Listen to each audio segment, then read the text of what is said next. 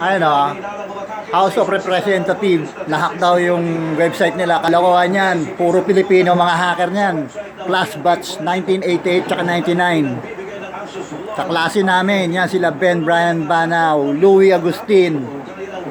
Tsaka dyan sa Tramo, Joy Osiana Guevara, tsaka mga taga-Tramo, yan yung mga hacker.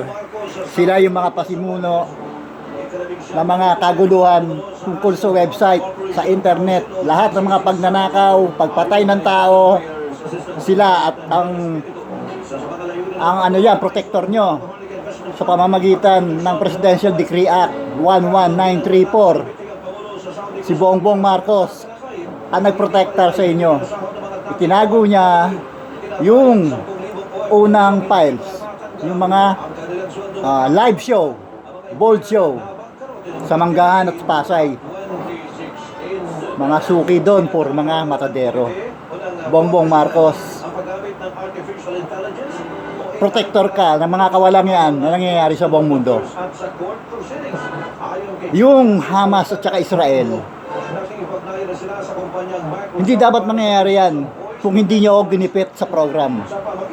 Inipit nyo ako, kinulong nyo ako dahil sa pagbuo nyo sa bagong IC, Dagupan.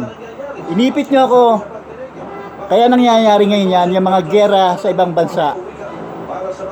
Dahil sa mga kawalang yan yung pinagagawa sa akin.